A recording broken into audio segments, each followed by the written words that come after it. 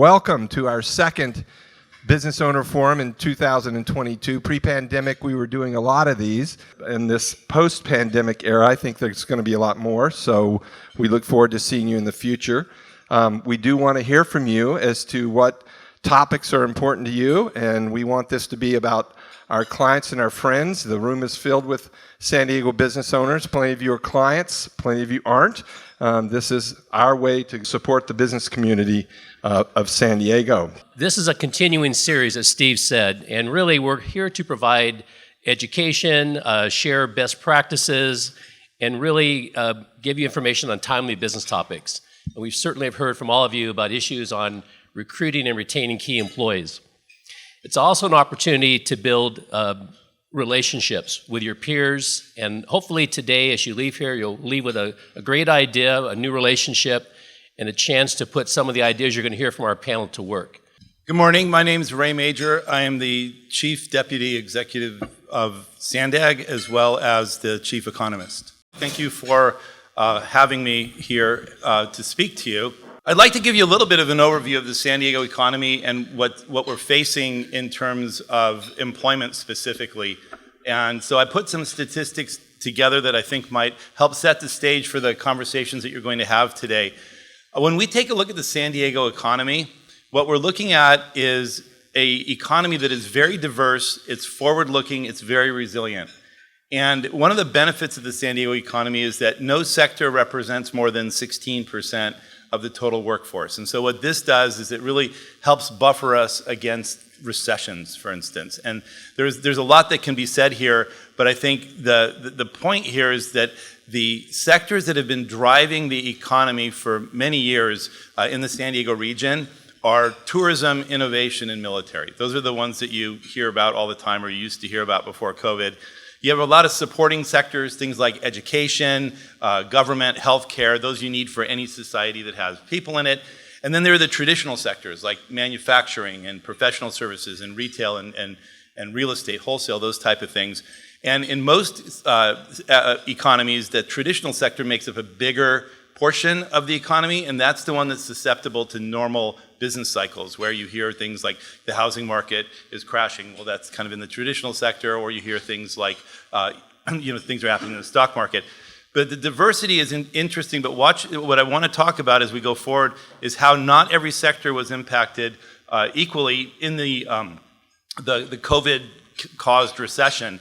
And our driving sectors were specifically hit hard because tourism, for instance, required people to be close together. And it's one that, for no reason other than the fact that we had COVID, had to close down almost and fire basically 30% of their employees. So when we take a look at labor force and employment pre-COVID and how we recovered from the pandemic, the purple line shows the civilian labor force, so the number of people who are working. The green line shows all of the employees that we have in the region, and the orange shows you unemployment, okay?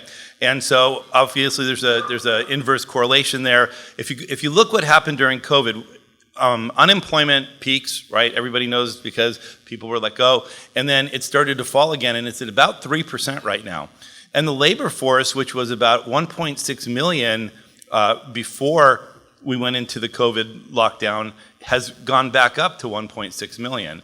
So interestingly, we've basically recovered, from a regional perspective, we've recovered our jobs, okay? And our unemployment is now 3%, which an economist will tell you is full employment. Okay? Yet the economy doesn't feel like it's exactly where it was before. And a lot of businesses are struggling to get employees, right? And so that's a symptom of having full employment. But there are a lot of places where we've lost jobs, and I don't know if they're going to be coming back. And we're going to look at that in just a second here. When we look at the employment by sector, we look at the driving, supporting, and traditional sectors, you'll see all of them are hit. Normally, like during a regular recession, like the Great Recession, you see the traditional sectors, we lost employment. That's what this graph shows. It's an indexed graph. And it took almost 10 years for us to regain those traditional sector employees. During this COVID crisis, what happened was that all of the sectors actually got hit hard, with the driving sector of tourism getting hit extremely hard, and you see that they've all started to recover from that. But here's what's interesting, and this is a shift that's happened in our economy locally in the last 2.5 years or since COVID started. We've had a shift actually. So we're back to 1.6 million employees, but the composition of those employees are different. So you see that we are still low on things like manufacturing and trade and government. So we have fewer employees in those particular sectors. But there are sectors like transportation and warehousing. So that's like Amazon and all of the delivery services that you see there. And the innovation sector is doing really well. But there's a fundamental change here in the composition of the economy.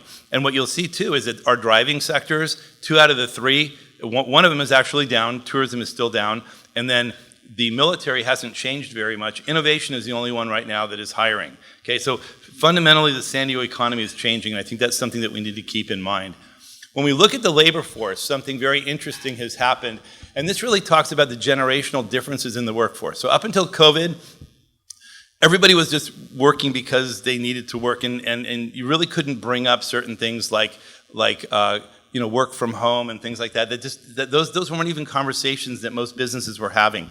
But what's interesting about the generational differences is that when you think about the traditionalists, so those are the people who were born before 1945, there's still about 1% of those people in the workforce. There are a lot of the people who are they're either lawyers, they're doctors, they're professionals, they're still working.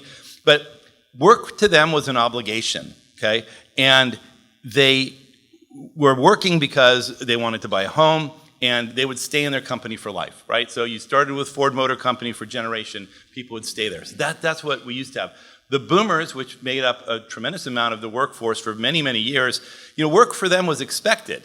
This is what we do. We work because we are looking for job security, and I'm not going to jump jobs, and I'm loyal to my company. And that's a very important point, because many of us are in this particular sector, and what we look at in terms of what would be a benefit to an employee to be at work, like let's say a retirement plan or matching 401k, doesn't matter to a lot of the workforces that we're now hiring. So when you take a look at the Gen Xers, when they look at work, they think that work is it's really a difficult challenge. And what they're looking for is work-life balance, which is totally different than what a boomer was looking for, right? A boomer, 60 hours, 80 hours, didn't matter. But here you're looking for work-life balance, and if necessary, they will change jobs if the compensation is correct. But when we get into now the millennials and the Gen Zs, something really interesting starts to happen. Millennials don't look at jobs the same way. They look at it as a means to an end, and they look at it, what they want is freedom and flexibility. That's what they're looking for in a job. And so they're expecting that they're going to be moving from one company to another. So we go to Gen Z and we look what's happening there, and they believe that work is constantly evolving and that they will continuously be moving from one place to another. So why is this important? The reason it's important is that as you're hiring people, if you look at the bar, the 2020 bar, it shows the composition of the current workforce. And you can see that right now about 31% of the workforce is millennials and 18% is Gen Z. But over the next 8 years, as we move towards 2030, what you see is that about almost 70% or 65% of the people, I can't add the numbers up here because I can't see them, but of the people are either Gen Z or millennial in the workforce. And how they look at work is completely different than the way that the boomers and even the Gen Xers look at work. And it's important because your expected longevity at your job has gone from somewhere like 10 to 20 years. You figure you're going to hire someone, they're going to be in that position for 10 or 20 years. Now you're looking at like 2 to 3 years.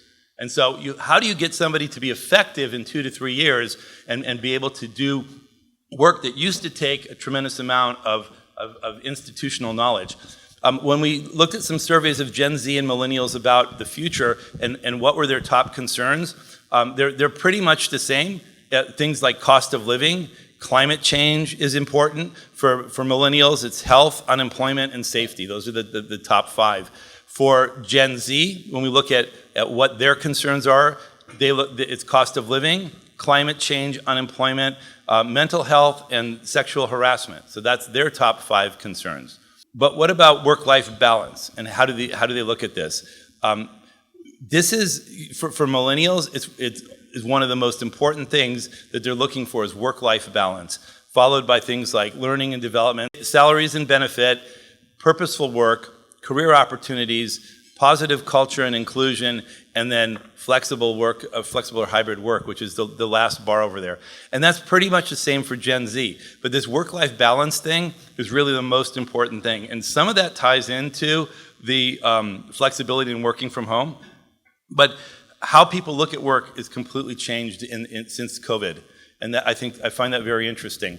In terms of job jumping, Gen Z and millennials are more likely to change jobs than any other generation that we've seen before. And I think from a hiring perspective, this is really important to remember. If you look at these graphs, I mean, 40% of the Gen Z and 24% of the millennials would like to leave their jobs in the next 2 years. Okay, so even though you've got those positions filled, you've got 40% of your people thinking that they don't want to be there in 2 years. That's not what the workforce looked like 5 or 10 years ago. And then if you look at the second pair of donuts over there, it says, would you leave your job even if you didn't have another job lined up? And to me, this is what's frightening, is that over a third of the Gen Z and the millennials would leave a job even if they didn't have another one lined up. So if you're a boomer in this room, how many people would say, I'm going to quit without having that other job? I mean, I think conventional wisdom was, you have a job, you're in a stronger position to apply for another job, and then you go to that job, right? Not anymore. So that really impacts the workforce. And this is the last slide that I have, and I just want to talk about what happened to the Great Retirement. You know, during the COVID, everything locked down, and a lot of people had done pretty well in the stock market. You know, their Bitcoin portfolio was really good, and so they started to retire early. Okay, and I don't know if this is because of they got bored or if this is because of the inflation we see in the economy right now. But of the 2.6 million Americans who took early retirement, we now see in the last couple of months that 1.5 million have re-entered the workforce.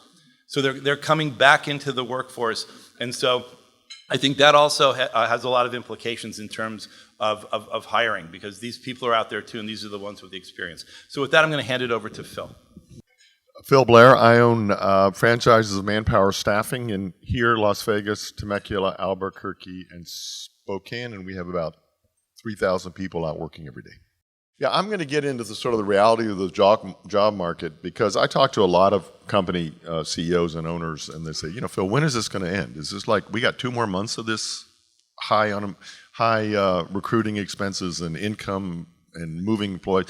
It's here to stay, guys. This is a new norm. It's a new, you know, my take is it's 5 or 7 years of this, and we'll go into why. And I think the thing that will slow it down is technology. I bet every one of you are looking to see how I could get a machine or a technology to do the work so I don't have to be hassled with employees or as many employees. And so that's a reality that big and small businesses are looking at.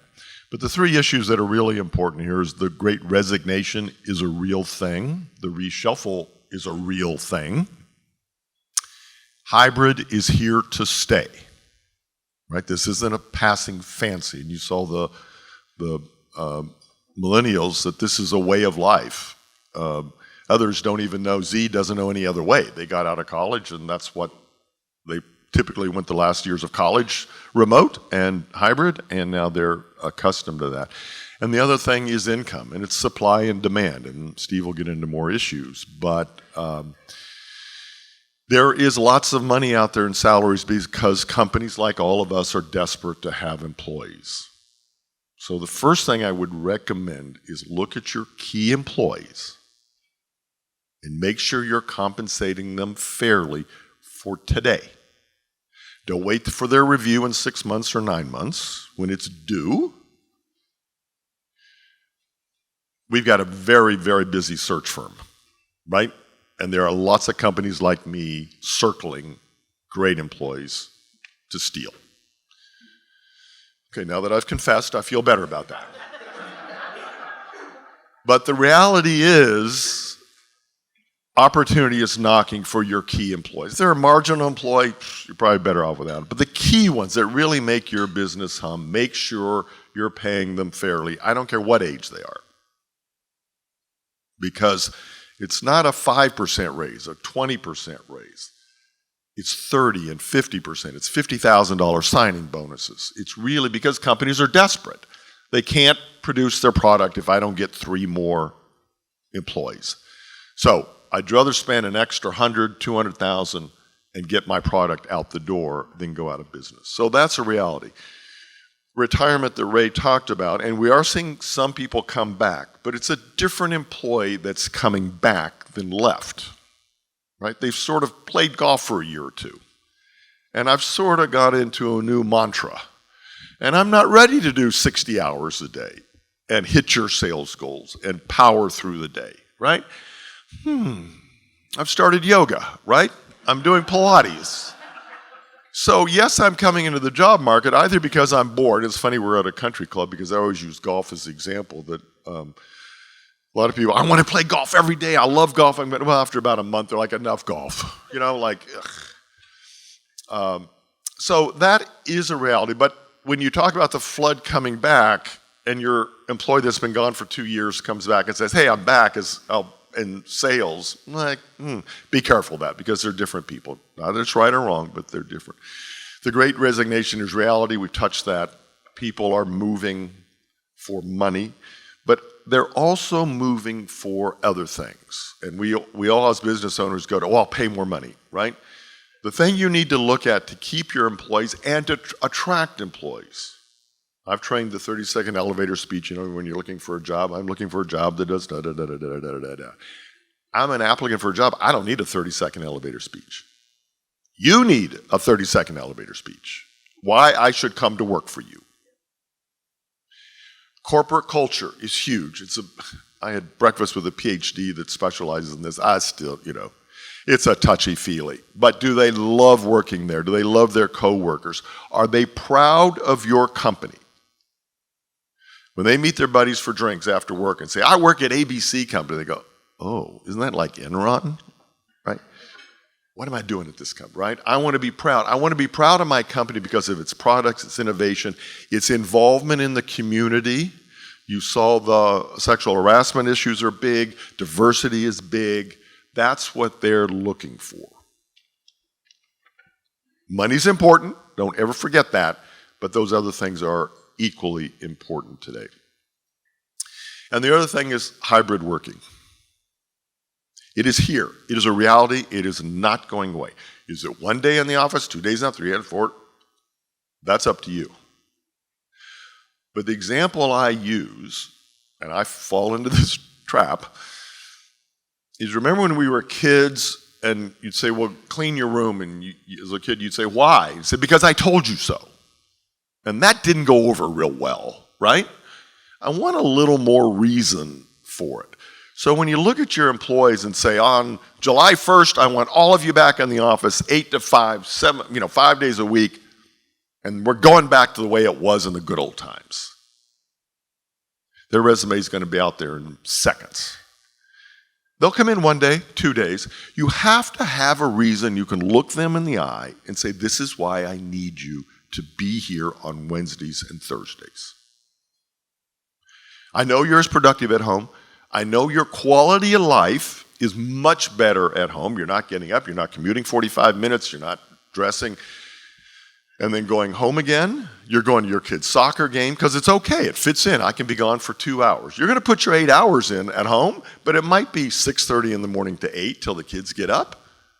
Take them to school. It's 9:30 to 4, meet them for a soccer game, and then it's late at night. The productivity is there, and just accept that and let your employees work from where they are most productive and be aware where you need them. And the other issue is just the number of employees out there that are available. And we talk about this is going to last 5 years or so. Retirement was a huge issue. As you said, some are coming back, but they're not the ones that left. But a lot of people said, I'm out of here. After COVID, I don't want to get back in that rat race again. In San Diego and across the country, my house is now worth X. We said if we ever had a net worth and our 401k was X, we'd retire. And it is. And that happened. And a lot of them left town. The other thing is COVID in the United States, 1 million people died. If half of those were workers, that's 500,000 people that are out of the job market. Big dent. And then I saw Gay Paris. I don't want to go back to the farm. I like staying home, men or women. I like my kids as a dad. I'm going to drop out for 2 years. And I'm cocky enough to think there's a job for me. You talked about I'll quit without a job because there's so many out there. Well, that's true right now. Now, Ray can get into, are we going to have a recession in 2023 or are we not? Is it 50-50 chance, 75%, 25%? Who knows? But this market may not last forever, this job market. So get the people you need, treat them really well. I mean, like 25% of your day is keeping your staff involved, excited to work here, motivated.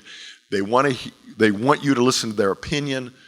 They want to know that you care about their career, and I'm training you for this promotion and this promotion. I want to pay you to get your MBA and all these sort of things. And the last one to keep in mind is business owners. As a young person, I'm not going to sit here and bust my butt for you to make a lot of money and me to get a salary. So if you're an innovative company, bring your employees along with you so that they feel they're getting part of the brass ring also, not just working hard for you to get the brass ring. So other than that, nothing's changed, and it's a very easy operation to own and develop a company out there in San Diego. And yay, staffing, huh? My name is Don Finn. I'm an employment lawyer and done a lot of work in the HR field. I've spoken for those Visage companies more than 400 times, and a lot of the conversations about hiring and retention lately. So I want to talk about a couple of practices that we can actually use, and I've had the opportunity to work with a lot of companies over the last few years trying to get them to step up their HR game. And so the first thing I recommend to everybody is that you have a robust employee referral program. All right, so it's actually the best source of hire. People have the longest longevity and highest productivity when they are from a referred employee. Just out of curiosity, how many of you have an employee referral program? We all need to have an employee referral program. You have to have the mentality today that everybody at our company is involved in hiring. Everybody. It's because not having those employees affects everybody, so everybody's involved in it. So one thing we want to do is make sure people know what the process is to refer people. The fear of referring somebody is that they don't work out and the finger's going to be pointing back at you. All right? So we've got to let them know, look, this is the criteria that we're after. It's our responsibility to actually hire that person. But don't refer your loser brother-in-law because your sister wants him out of the house, okay? Just don't do that to us, all right? You know our culture. You know what we're after. Try to get somebody like that in. Then make it easy for them. Have QR codes. Give them things that they can hand to people. Make it easy for them to refer somebody. They're out shopping. They see somebody doing a good job. Hey, you would be great to come work for us. Have them be able to hand something to that person. And then there has to be, as I call, enough juice in the system. There has to be enough money to get past the fear of it, okay? So I was just speaking outside of Kansas City not too long ago at a big material handling company. They got $18 an hour forklift operators that they're paying a $2,500 sign-up bonus and a $2,500 referral bonus for. Because if they don't get that work done, the lost opportunity cost swamps that $5,000, all right? So there's got to be enough juice in the system to get people to really want to do it. Now, how long does it actually take somebody to refer somebody? 15 minutes? You know, to talk to them about something? And if you can get even $1,000 for that, you just made $4,000 an hour. So I would tell them, hey, how would you like to make $4,000 an hour? This is how you can do it. I would have the beautiful electric bike that's worth $1,000 and put that in the lobby or put that on a Facebook page. Next person who refers somebody gets that bike. Make it very visceral to them, okay? And bring some fun into this. You don't have to figure it out by yourselves. Let the employees get involved in building that referral program. So, referral programs. The second thing I look at, the big difference between as we age down is the amount of video we consume in our life. So I look at my son, he's looking at video all day long, whether it's 15 seconds or it's 5 minutes, but it's a very video-based world for them. So if I go to your website, first of all, am I even going to find your hiring page? Sometimes it's really funny. I have a difficulty finding the hiring page. It might be under About. I have to look at the site map. So you don't want to do that if hiring is your #1 issue, right? And on your hiring page, there should be at least 3 videos. One from the CEO talking about who we are. As Phil said, you set the standard, right? Who am I going to trust talking about where the company is going more than the ownership of the CEO of the company? So that's the first video. The second video is going to be a day in the life video, and I have an example up here from Right Tree Service. I spoke to them as one of the Vistage members, and their videos are awesome. So they go up in national forests and state forests, and they clear around power lines because you know the problem we have with forest fires and power lines, right? So when you're spending $1 billion on damages, you can afford to trim a couple of them. And their videos are awesome. You see a guy waking up, slamming an alarm clock, grabbing Red Bull, putting on the big work boots, getting into that big diesel truck, blah, blah, blah, driving up country roads. You see the power line. They're up on the forklift, rising up, looking over everything. The big ning, ning, ning, ning, ning. I think Don wants this job. No, I'm telling you, I geeked out on that video. I clicked it again. This shit is cool, you know? So, do you have a video that people can geek out on? Why not? Every one of us has some meaning in the work that we do. If not, you ought to be doing something else in life, right? So you ought to be able to show the meaning and the fun and what a day in the life is working with us. And that's probably the only video you have to get decently produced because there's going to be a lot of splicing and editing, things like that. Now, the third videos, with an S, are from existing employees. Because who is a prospect going to trust more than anybody else? A CEO, a manager, or an existing employee? They're going to trust a peer. So when the peers talk about why they love working there, it does 2 things. Now they have to live up in conformity with their testimony. People testify in church, so they have to live up to their testimony. Well, we get them testifying on our websites, and they have to live up to their testimony on our websites. And I even go so far as if you're going to hire a position to work on this team, get a video of that team, put them up and say, hey, you're going to come work with us. All right, we'd love to have you on board. So take advantage of the video. Interesting, I probably have created as many personnel forms as anybody in the country, and when I looked at all of what we've got going on there, of course I saw exit interviews, and then I asked a silly question, how come we don't have entrance interviews? Don't you want to know why they came to work for you in the first place? You know, imagine you hadn't dated in a while and say, hey, I'm just curious, why'd you say yes to me? Nobody else has in a while, okay? All right, so you want to find out why they came to work for you. And as just mentioned, a lot of the young workers are not very motivated in your 401k or your health plan or something like that. And yet you're parading your 401k and your health plan. That's not even on their radar. So you want to know why people decided to say yes. You want to ask them that right away. So now you know what the market is telling you why they came to work. And so you can double down on that and go back to the market with that information. Okay? And it also helps you when you know this person, you want to be engaging with them, you know what some of their triggers are about working for you and why they came in right out of the gate. Now, one thing I like to teach people is the math of HR. Who wants to tell me how much their last bad hire cost them? Anybody got a number? Pick a number, any number. Usually when I ask that question, it starts at 50 grand because you're not thinking low-level rank and file, okay? It usually starts at 50 grand. And what I've learned of looking at data over the time is that the one-to-one in turnover cost is about 50 grand. So it costs approximately 50 grand to place somebody who earns 50 grand. It costs less percentage-wise below and more percentage-wise above. So you can just figure that's the cost of turnover, and at that, you want to know the math. You want to know the cost of hire. HR people, I run a group of HR people, it takes forever for them to hire somebody right now. They spend a third to half of their day, a lot of them, in the hiring process. You put all that time into how much they put into hiring, you put the math behind it, you realize, heck, it'd be a lot smarter to have a good referral bonus than have my HR person spend 25 grand of their time to hire the next employee, all right?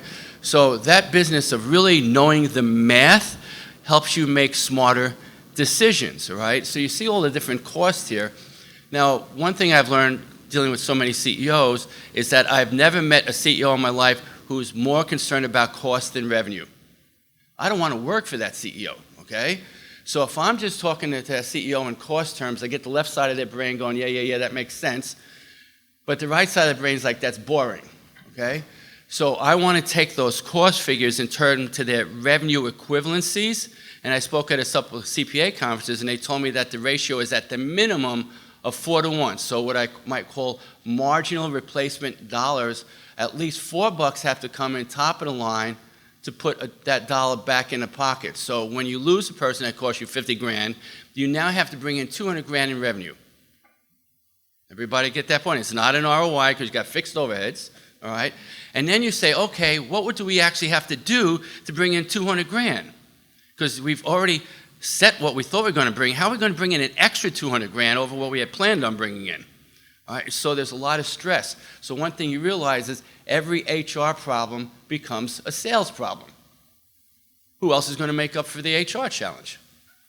And one of the things I see going on right now is leadership, the ownership of the companies are not having the conversation about compensation. They're hiding from the conversation about compensation. And if you folks don't take it on its head and let people know what we're going to do about this, the elephant in the room, then everybody else's message about that conversation controls, and you lost the conversation. So don't hide from the conversation. Get on top of the conversation so they know you're trying to do something about it, and try to be inclusive of them. We can't figure this whole compensation thing out by ourselves. You know, this is why we're going to try to up everybody's pay over time, because we have to bill more to be able to have the cash to be able to do that. But have the conversation, don't hide from the conversation. That's what I see most people doing. I'm Tim Silvera. I'm the president of Optimum Comp Advantage, and it kind of gives away what we do. We're compensation consultants. We specialize in executive, broad-based, and sales compensation designs and practices for companies. We heard a lot of really good information from Ray, Phil, and Don. So I'm not going to go over this information in terms of the Great Resignation. There's a lot of information on this slide. But again, as Don mentioned, you really have to make this based on data. Make your decisions based on data. And when you look at the last box here, it's about what's causing your turnover. Is it competitive base pay? It's not about fair pay. Fair pay is a good word, but it's really about competitive. Fair is arbitrary. Fair, you might be looking internal. Is this person fairly paid versus somebody else? But you really have to know the market to understand the competitive environment that you're working in. Okay, is it time between promotions? There's companies still out there that say, we're only going to promote people once a year. Well, that's crazy, because people need to be promoted when they're ready for promotion, not when the company decides they're ready for promotion, or they leave.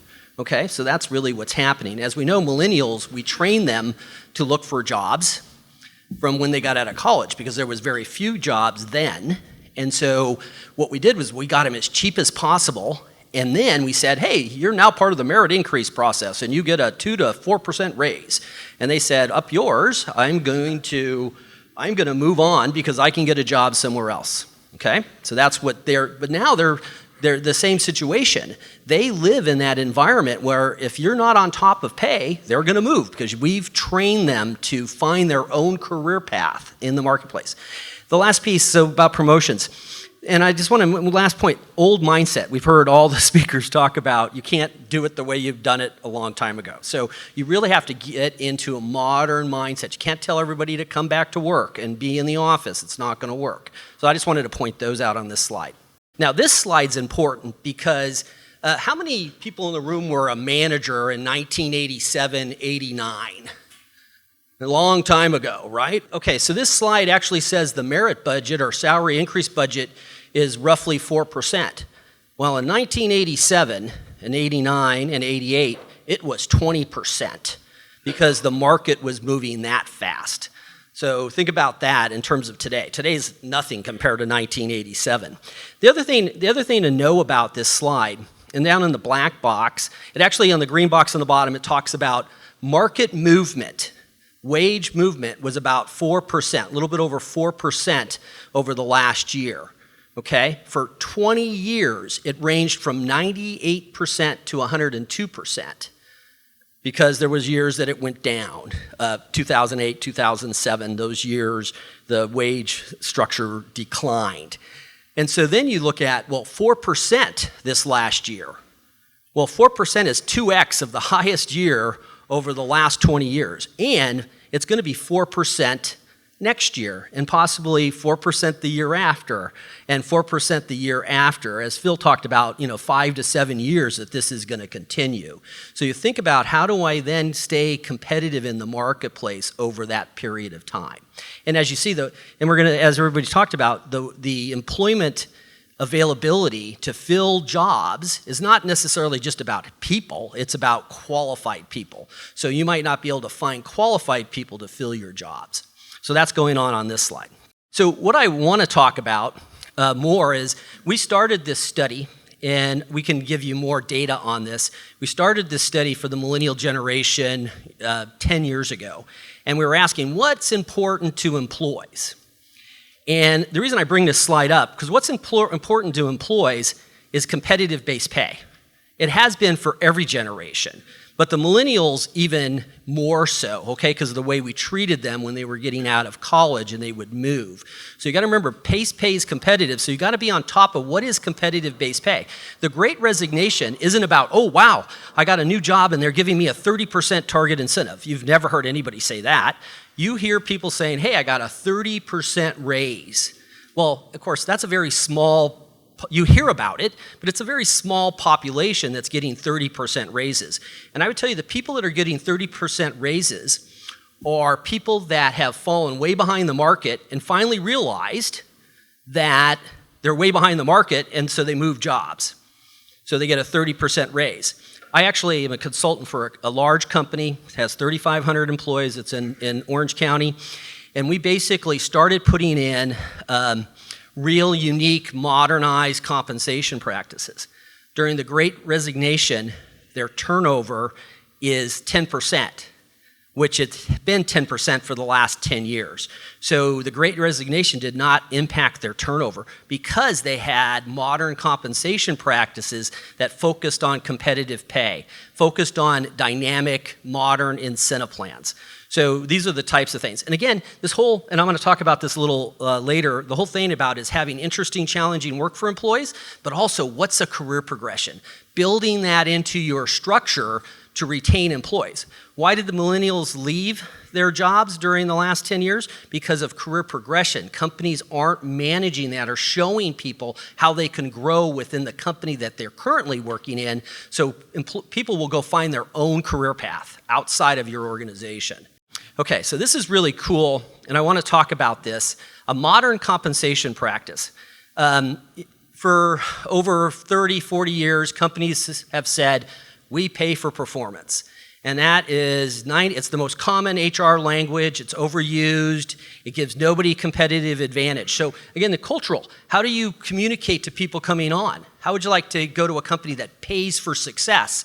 And when you communicate it, it's not only the company's success, it's also your success. So we're going to build a career plan for you inside of our company, and we're going to reward you for being successful. That's the kind of culture that employees are looking for. Not just that we have a great culture and we do parties and all that kind of thing. They're looking for career opportunities and how your company plans to deal with the future. So transparency, people want to know the why and how of compensation practices. Customize. See, this is important. If you're going to a company and the CEO says, hey, we're all in this together and everybody gets a bonus based on how we perform as an organization, well, that's the CEO's incentive plan, not the employee's plan or the group's plan at the lower level. So you got to customize incentive plans that align employees to the success. Value. I talk about value versus merit. For how many years we've talked about merit pay? Well, it's really about rewarding employees for their value, and that means knowing the competitive market. And I mentioned that about, it's what is competitive and telling employees what's competitive. Because if you don't tell them what's competitive, then they're going to go on PayScale or any of those apps out there, and they're going to plug in their own job description. They're going to say, hey, you're underpaying me because I'm a director of XYZ, and these apps say this amount. So you got to communicate and have pay structures in place, and then pay for success. So there's a lot of dynamics around how you need to design your compensation practices to really engage employees on the front end. This slide is really important, and I'll finish really quickly here. So Phil talked about that these things are important. People first culture, opportunities to develop sense of purpose at work, that those are equally as important as compensation. But I would tell you those things are way more important to compensation for your company. But guess what? The glitch here is if you're not paying people right, those things don't matter. Nobody's going to go to a company just because they have a great culture and then they're going to say, hey, but we're going to pay you a minimum wage for an executive job. I mean, that's an extreme example. But so foundationally, you have to pay people right to get the advantage of the culture, of the career opportunity, of the sense of purpose at work. So it's really foundational, having your compensation practices that actually dictate how you are going to reward people. Because pay is king, as I mentioned, pay is absolutely king, but those other things is what retain employees for the long term. And the other thing, and Phil talked about this, target your key strategic top performers that impact your business. I've heard companies go, well, look, we're going to give everybody a cost of living increase of 3% or 4%. Well, that's a mistake because that's just peanut buttering it instead of really going in and look, who is our top person? How are they paid today versus the competitive market? I've seen the mistake of just giving everybody a raise, and that what usually happens when you do that, you overpay some people, and then you continue to underpay other people. So it's really data-driven assessment of the competitive market and the person's value on a person-by-person basis. That sounds like a lot of work, and it is, but that's really what you need to focus on. Now, we want to hear from you what you're doing, what are best practices, or your questions to the panel. So, Dan, I think you're going to give us an example. Yeah, I'm going to share two experience shares. One is on attracting key employees, and the second is on retaining them. So for attracting, about 30 years ago, I was coming up in my career, and the CEO said, here are your sales goals, but you also have a goal of recruiting key employees. And I have been recruiting key employees for 30 years and developing a farm club. So whenever we have an opening, usually my executive team comes to me first, and they say, Dan, we need another key employee. And there's usually a farm club that I've been talking to for years, not days, not just when the opening's there, and it's been very effective in filling those slots. The second is now retaining key employees. Chad Rule, about 5 years ago, raise your hand, Chad, came up to me and he said, hey, I want you to read this book. You're starting the bank called Traction. And I looked at it and said, same old, same stuff, threw it away. Then a year went by and Steve came up to me and he said, Dan, you think everyone knows where we're going, how we're going to get there, we're communicating well, but you're CEO. We got to do this thing called EOS. Ron, raise your hand. Ray, raise your hand. Ray and Ron are both EOS implementers. So about two or 3 years ago, we brought EOS into the bank. What has it done? You mentioned values. We communicate our values, kind of important. HR, raise your hand. A little bit important values, they're all over the bank. Communications, giving employees a voice in the company so they're heard. Answering the question, what's in it for me, for every employee, and where are we going? And it has been a game changer. I've never seen a group of employees more connected and talking across departments, cascading issues up to senior management, bringing them down and solving it. So Chad, I was wrong. I should have listened to you earlier. Good job. I'd like to hear some of your experience shares.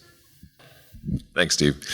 So we're in the wealth management business, been hiring quite a bit in the last couple, let's call it 18 months. And one of the things that we were bringing in young talent with that seemed to really have a lot of traction was a rotation program, a formalized rotation program where they can actually go spend 6 to 18 months in different departments and then figure out where they want to stay long term.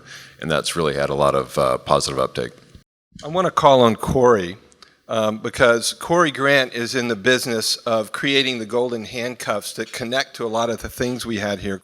Well, it's interesting because a lot of this stuff resonates with me as identifying a lot of the issues. And I've heard this from a number of clients. I have an office here and also in Southwest Florida, which is growing like a weed. All the refugees from up north coming down and bringing their business not only for the tax-free state, but also just the environment, the business, the weather, and so forth. And what we've really seen is a lot of folks, that whole quality of life is important, but when you have a family business, you don't have stock options to give them meaningful compensation. So we've seen a lot of creative deferred compensation, sort of, hey, I'll pay you X today, but you got to work with me and know that in 10 years I want you here, or in 7 years we're going to punch out to private equity and I want you part of the deal. So if you're here, every year that you're here you vest, and if you leave in 5 years, there's a meaningful pile of money that you're leaving behind. So that's something that's really resonated with being able to attract, at least at the C-suite and managerial levels, where you offer a meaningful deferred compensation. And pre-COVID, it was 20 or 50% of salary. We just completed a deal with a nonprofit in Florida where they are offering retention that's 100% of the salary match, funded by, in this case it's funded by a donor, but we saw similar increases in the for-profit world where we've got folks that are, saying, hey, I used to set aside 50% of an employee's salary to put in their retention plan. And now it's going up from that. We're seeing that uptrend to get the key people. And folks like those plans because you don't have to include everybody. You don't have to include, the 4 people that you don't. And you can vary different levels. So you could say, well, hey, I'm gonna give Dan more than I'm gonna give Steve. And nobody's gonna know, but I don't like that plan. I figured as much. But anyway, thank you. That's a growing trend, and I think we'll keep seeing that going forward. Corey, about phantom stock plans. Well, this is a little bit phantom stock plan. I mean, every type of plan is really a deferred compensation program, and whether it's tied to the performance of the stock, which is phantom stock type of a plan, or a SARS-CEP, there's alphabet soup of all the different types of plans and programs that are out there. What you want to make sure is that you have a meaningful vesting schedule and something that's real, something that you as the employee feel, okay, I can hit this bogey, and then the employer also feels this is something meaningful that's going to keep my people, and they're not going to leave 4 or 5 years down the road when they've got partial vesting. So it's got to be meaningful on both sides, and that's kind of a teeter-totter that you have to work with. I have a question as it relates to smaller business. And I understand everything that the panel said about being creative with compensation and incentive. I have 10 people on my team. I make an analogy to a baseball team. Every person on the team has a position and plays that role.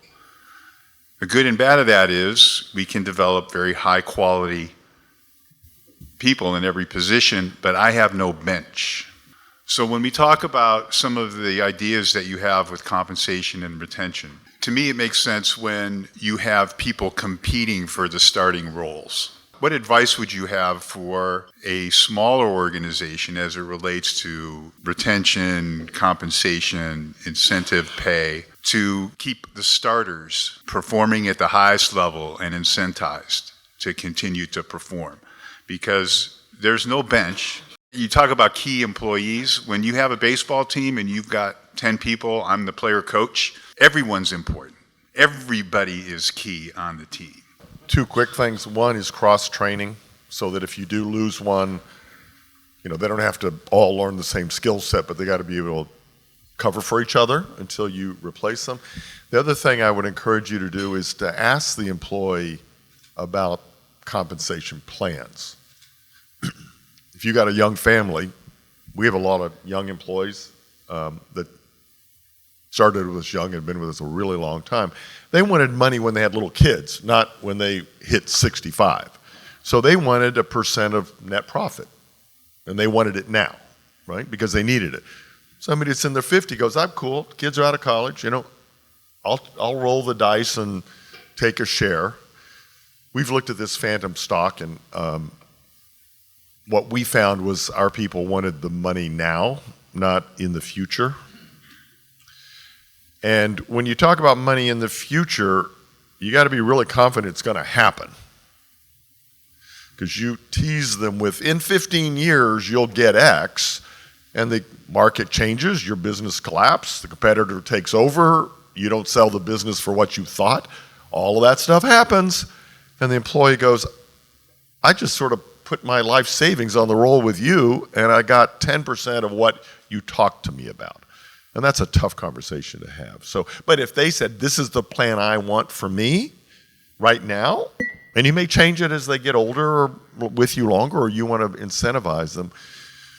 It's not in cement, but I think that's important to address what they need at this time in their lives. I have a thought for you about the employees. So I had a small company like that as well, and one of the things I did is I created a form, why I deserve a raise. And I allowed my employees to come to me with that form completed out, how they've added more value, so that they can show how they've earned a raise. And one of the ways I told them that they can earn a raise is if I'm paying them $100,000 a year, I'm paying them $50 an hour, how much $20 an hour work do you want them doing? None. How many people you know would get upset getting paid $50 an hour to do $20 an hour work? None, all right? So I didn't give myself and I didn't give my employees that choice. I wouldn't allow my employees to get paid $50 an hour to do $20 an hour work. And what I realized is when I took that $20 an hour work from them, away from them, and hired a $20 an hour employee to do that work, all of them became more valuable, thereby earning a raise. Okay, so it's just good math, all right? So think about when you look at that workforce, how many of you are still doing $20 an hour work, never mind anybody else, okay?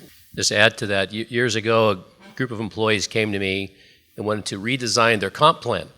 I said, great, but I want you to put on your CEO hat. So let me give you some rules of engagement. We got to make money. I'm going to go all through the drills that you all know what is important if you're going to design a plan. And they brought version after version to me, and what I would do is I would punch holes in the plan, the things they hadn't considered. They start off with how much money they're going to make, but that hurts shareholders, that hurts the company. And eventually, after about 4 or 5 versions, the empathy kicked in, and now we're talking the same language. But giving them the chance to actually design their own comp plan and experience what it is to be in your shoes as CEO of your company was enlightening for them. Haven't done that recently because I think the last time they were so frustrated they gave it back to me and I just designed it. But I might try it again. So I run a small organization. There's 10 of us, and everybody is important as the example that was given, but there's degrees of importance. You look at them and you say, well, who's the most important? Well, I have a director of client compensation practices, client development. He's the most important to our business. And then I have a VP of business development. Well, we got to have the business coming in. And then I have senior consultants, and then I have consultants, and I have analysts. So, I mean, everybody's important to get the work done at the different levels, but so you have to then prioritize that. And then you have to know the market. Don mentioned, a chart about, why do I get a raise? Well, my employees never ask for a raise. I know the market, of course, that's my business, and I'm paying them before they basically are at that level. Because I'm saying, you're trending up, I'm going to pay you this because this is what the market is. So it's being on top of it and being advanced. Don't wait for them to ask, give it to them in advance, that type of thing. The other thing is all the 4 key employees, they're owners of the organization. They own a significant portion of the company. We're a small business. So I believe it's about, aligning them and finding commitment, but it's also about what we heard about having that pipeline. I have 2 of my youngest employees always connected to San Diego State University and the HR program, finding new employees. If I can bring in a person at entry-level pay and train them from the ground up, I have a pipeline of talent from the outside. I don't have to have the pipeline and the backup people on the team. I have them in the marketplace so I know who I'm going to go find when I need to replace. Because people are going to leave. One of my senior consultants who had worked for me for 6.5 years got sucked into the great reshuffle, 50% raise in 2 years, 2 different jobs. So, and I couldn't compete with that. So, but now she's actually our client. She actually brought us into one of the companies that she is working for.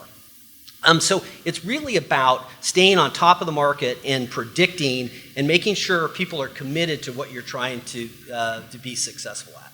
There used to be an adage that employees didn't quit companies, they quit managers.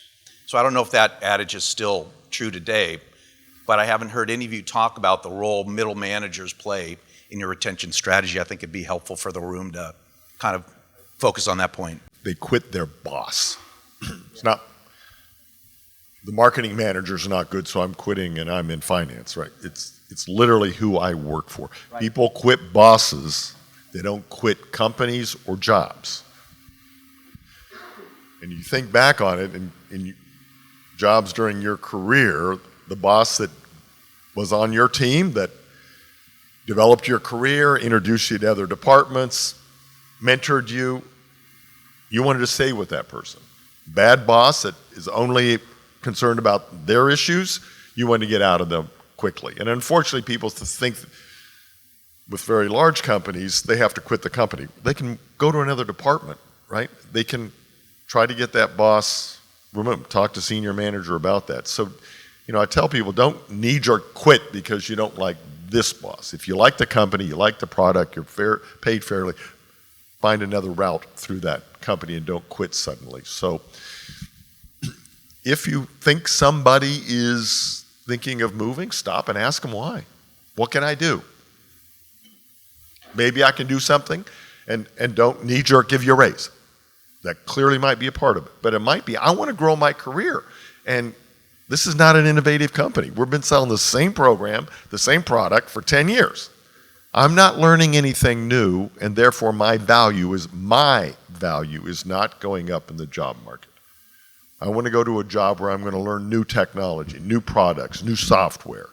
They're going to train me because that's my value when I move around my career for the next 20 or 40 years. I actually think it's a little different with the Great Resignation, the Great Reshuffle, and the millennial generation. I believe they think they manage themselves. Okay?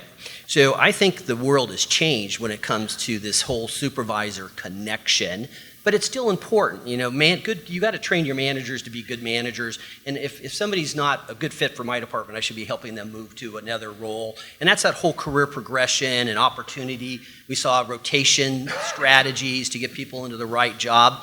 But I actually think it's more about if you don't have that career opportunity and show them and help them plan, they're going to go build their own career. So I don't think it's as much about the supervisor, but I think your supervisor and manager and boss is still clearly important. I just think it's not as important to the millennials and the Z generation as it was in the past. Because people don't stay in a job. They don't plan to go in and stay in a company. They go in, they want to learn from their boss, and then they're going to leave. So I don't think it's as important. Mary Kay famously said most people plan their vacations better than their careers. That's a fact, okay? That's a fact. Most people do not have a career plan. So if you can actually help them career plan and see the opportunity with you, you're going to be ahead of a lot of people. And the other problem that we get with is we think that there's not a job description that they can go in because that's filled. You can't let job descriptions get in the way of people advancing in organizations. Don't get caught up in that. If they've added more value, then they can. What title would you like to have? Don't get caught up in job titles. What's funny about what Don just said is that the old world was position control. I can only have 3 senior software engineers. And so the person that was a software engineer that now has the set of a senior software engineer can't get promoted because I can only have 3. That's nonsense. If the person has the skill as a senior software engineer, you better move him up or he's leaving. I mean, that's just the way it is. So the whole position control thing is really old school, and you should be looking at a person's skill set and value to your organization, not how many of these jobs I can have. And again, back to Don, you can have a career path and an opportunity. You can actually create that for each individual. Keep in mind, all these things we're talking about for your employees, do it for yourself. Right? Do you have a career plan?